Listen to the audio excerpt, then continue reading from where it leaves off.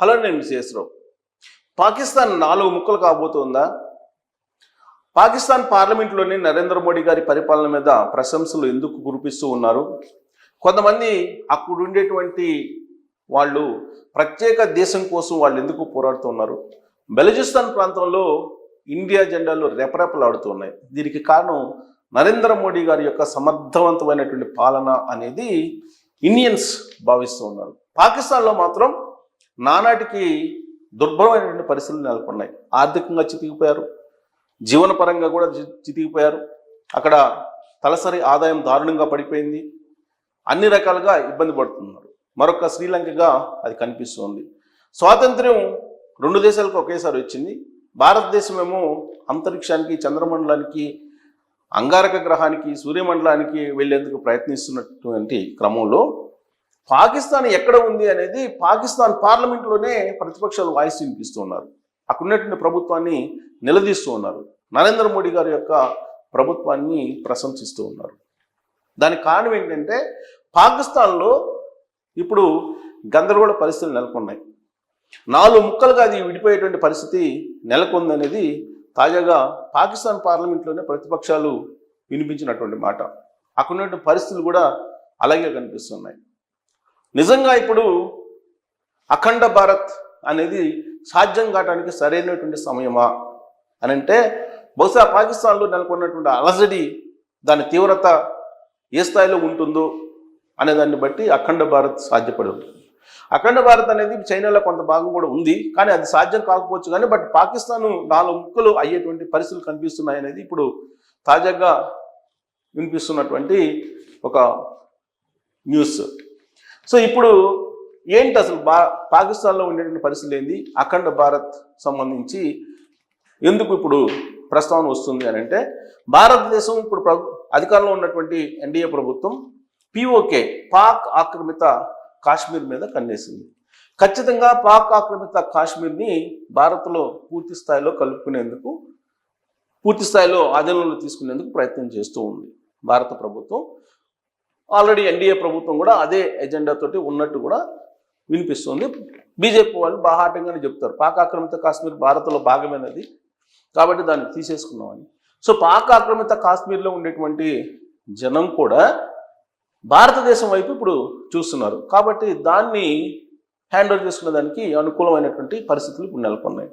ఇక బెలూచిస్తాన్లో అక్కడ ఉండేటువంటి పరిస్థితుల్లో ఏంటంటే, అక్కడ బెలూచిస్తాన్లో గెరిల్లా పోరాటం జరుగుతుంది. కారణం ఏంటంటే చైనా, పాకిస్తాన్ 2 కలిసి బెలూచిస్తాన్లో ఉండేటువంటి ప్రజలను అణగదొక్కేటువంటి ప్రయత్నం చేస్తున్నారు. దానికి ఆల్రెడీ గెరిల్లా యుద్ధం అనేది జరుగుతుంది. భారత్ వైపు బెలూచిస్తాన్లో ఉండేటువంటి ప్రజలు మొగ్గు చూపుతూ ఉన్నారు. నరేంద్ర మోడీ గారికి జేజేలు పలుకుతున్నటువంటి పరిస్థితి. ఇక పంజాబ్, పాకిస్తాన్లో ఉండేటువంటి పంజాబ్ మిగతా ప్రాంతాల మీద ఆధిపత్యం కొనసాగిస్తుంది అనేది ఆ ప్రాంతం మీద మిగిలినటువంటి ప్రాంతాలకు ఉన్నటువంటి అభిప్రాయం. దాదాపుగా మొత్తం పాకిస్తాన్లో ఉండేటువంటి వనరుల్లో 40% వాళ్ళే అనుభవిస్తున్నారు అనేటువంటి అసంతృప్తి మిగిలినటువంటి ప్రాంతాల్లో ఉంది. పైగా పంజాబ్ ప్రాంతంలో ఉండేటువంటి వాళ్ళ ఆధిపత్యం కూడా ఎక్కువగా ఉందని చెప్పి మిగతా వాళ్ళు భావిస్తూ ఉన్నారు. ఇక సింధ్ ప్రాంతంలో ప్రత్యేకమైనటువంటి దేశం డిమాండ్ వినిపిస్తుంది. అక్కడ ప్రత్యేక దేశం కావాలని చెప్పి అక్కడ వినిపిస్తుంది. కారణం ఏంటంటే అక్కడికి ఆల్రెడీ అక్కడ ప్రత్యేక దేశం కావాలనేటువంటి డిమాండ్ ఎందుకు వస్తుంది అని అంటే, అక్కడ ఉండేటువంటి సింధ్ వాళ్ళకి సంబంధించి ఆధిపత్యం అక్కడ కనిపిస్తుంది.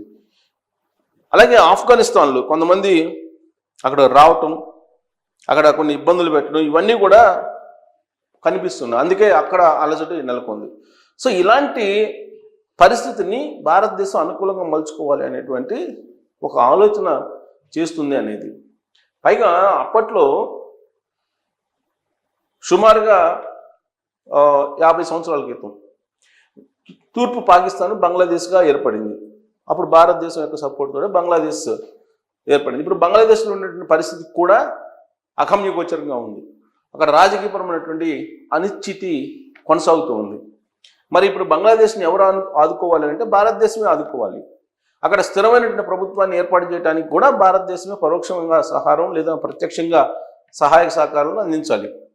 ఆ విషయాన్ని ఇటీవల కాలంలో అమెరికా వెళ్ళినటువంటి నరేంద్ర మోడీ గారికి అమెరికా అధ్యక్షుడు ట్రంపే సూచించినట్టు కొన్ని న్యూస్ కూడా ఇంటర్నేషనల్ మ్యాగజైన్స్లో, ఇంటర్నేషనల్ న్యూస్ పోర్టల్స్లో కూడా వచ్చింది.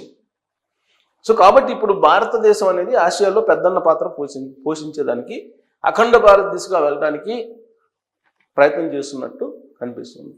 దానికి తగిన విధంగా భారతదేశంలో ఉండేటువంటి అంతర్గత విషయాల్ని సరిచేసుకుంటూ ఉంది ఇప్పుడున్నటువంటి ఎన్డీఏ ప్రభుత్వం. దాంట్లో భాగంగానే చావా అనేటువంటి ఒక సినిమా ఇప్పుడు విడుదలైంది. ఆ చావా సినిమాలో కూడా దేశభక్తిని నూరిపోసేలాగా, హిందుత్వాన్ని నూరిపోసేలాగా, ముస్లింల మీద, మొఘలు చక్రవర్తుల మీద వ్యతిరేకత నూరిపోసేలాగా సినిమా ఉంది.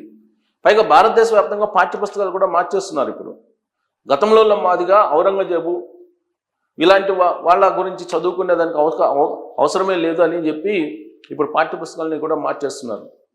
సో ఇప్పుడు చావా సినిమా చూస్తే కనుక భారతదేశంలో అసలు ముస్లిమ్స్ ఉండడం ఎంత ప్రమాదము అనేటువంటి ఒక సంకేతాన్ని ఇచ్చేలాగా ఆ సినిమా ఉంది.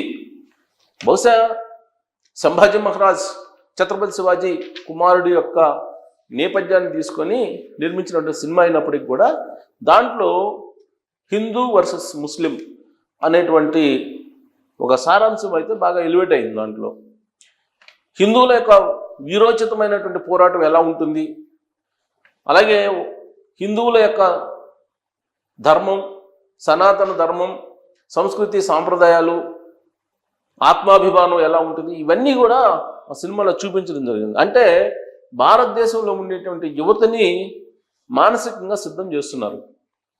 రాబోయేటువంటి రోజుల్లో అఖండ భారత్ దిశగా అడుగులు వేయాలి అనేది. అయితే అది సాధ్యమా అని అంటే ఇప్పుడున్నటువంటి పరిస్థితుల్లో ఇక్కడ మనం చూసినట్టయితే కనుక ఇక్కడ పాకిస్తాన్లో పంజాబ్ ప్రధానమైంది. మనం కూడా ఉంది ఒక పంజాబ్, బట్ పాకిస్తాన్లో ఒక పంజాబ్ ఉంది. పంజాబ్, అలాగే బెలూచిస్తాన్,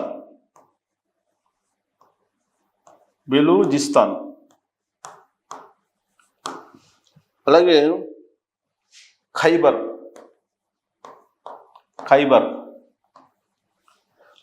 ఈ ప్రాంతాలు ప్రధానంగా ఉన్నాయి. పిఓకోలోకి వచ్చేటప్పటికి, పాకిస్తాన్ ఆక్రమిత కాశ్మీర్ వచ్చేటప్పటికి ముజఫరాబాద్ ఉంది.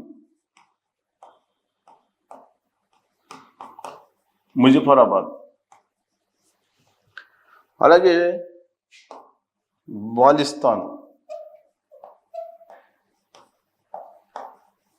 బాలిస్తాన్ ఇవి ఉన్నాయి. కిల్గిత్ ఇవి ఉన్నాయి. బెలూచిస్తాన్కి ఆల్రెడీ నరేంద్ర మోడీ గారు ఒకసారి విజిట్ కూడా చేశారు. సో ఈ 4 ప్రాంతాల్లో 4 రకాల పరిస్థితులు నెలకొన్నాయి. వేర్పాటువాదం అనేది పెద్ద సమస్య ఈ ప్రాంతాల్లో. పైగా గిరిజన ప్రాంతాలకి ఈ నీకు సింధ్, మూడోది సింధ్ ఉంది కదా, బెలూచిస్తాన్, 2 బెలూచిస్తాన్, 3 సింధు, అక్కడ ఉండేటువంటి ప్రాంతాలు ప్రధానంగా పాకిస్తాన్లో. 4 వచ్చేసి ఆఫ్ఘన్లు అక్కడ ఎక్కువగా ఉన్నారు, పిఓక ప్రాంతం. సో ఇక్కడ ఆఫ్ఘనిస్తాన్ యొక్క ప్రభావం ఎక్కువగా ఉండేటువంటి ప్రాంతంగా ఉంటుంది. ఇక్కడ కనుక మనం చూసుకుంటే కనుక ఈ 4 ప్రాంతాల్లో ఉగ్రవాదం ఎక్కువగా ఉండేటువంటి ప్రాంతాలు. ఏర్పాటువాదం అనేది ఎక్కువగా వినిపిస్తుంది. ఒక ప్రాంతంలోనేమో గిరిజనులు ఆఫ్ఘనిస్తాన్ మధ్య తాకిడి, ఇంకో ప్రాంతంలోనేమో గెరిల్లా పోరాటం, మరొక ప్రాంతంలోనేమో ఆధిపత్య పోరాటం. ఇలా ఉంది ఆ దేశంలో ఉండేటువంటి పరిస్థితి. కాబట్టి దీన్ని ఇప్పుడు అనుకూలంగా మర్చుకోవాలి, అఖండ భారతదేశంగా వెళ్ళాలి అనేది నరేంద్ర మోడీ గారి యొక్క ఆలోచన. అందుకే 317 రద్దు చేశారు. 317 రద్దు చేసి కశ్మీర్ అనేది ఇండియాలో భాగము అని చెప్పి నిరూపించగలిగారు. ఇప్పుడు PoK, next target PoK. Narendra Modi గారిది. ఆ తర్వాత బంగ్లాదేశ్, బెలూచిస్తాన్ వీటన్నిటిని ఏం చేయాలి అనేది ఆయన ఆలోచించబోతున్నారు. అందుకే భారతదేశంలో ఉన్నటువంటి యూత్ని కాశ్మీర్ ఫైల్స్ ద్వారా, కేరళ ఫైల్స్ ద్వారా, రజాకార్స్ ఫైల్స్ ద్వారా, తాజాగా ఛావా సినిమా ద్వారా ఇలా ప్రాంతాలకి ఒక్కొక్క సినిమా మాధ్యమాన్ని ఉపయోగించుకొని యూత్లో ఒక రకమైనటువంటి ఉద్యమం లేదా స్ఫూర్తిని నింపేటువంటి ప్రయత్నం చేస్తూ ఉన్నారు. ఇది క్రమేణా పెరిగేటువంటి అవకాశం ఉంది. బహుశా అప్పుడు అఖండ భారత్ దిశగా నరేంద్ర మోడీ గారు అడుగులు వేస్తారేమో. ఇప్పుడైతే పిఓకే వైపు మాత్రం అడుగులు వేస్తున్నట్టు కనిపిస్తుంది. మరి పాకిస్తాన్ రాబోయేటువంటి రోజుల్లో 4 ముక్కలు కాబోతుందా? అలాంటి పరిస్థితిని భారతదేశం అనుకూలంగా మలుచుకోబోతుందా? దానికి ఇంకా టైం ఉందా? ఇదే సరైన టైమా అనే దాని మీద మీరు కామెంట్ రూపంలో అభిప్రాయం తెలియజేయచ్చు.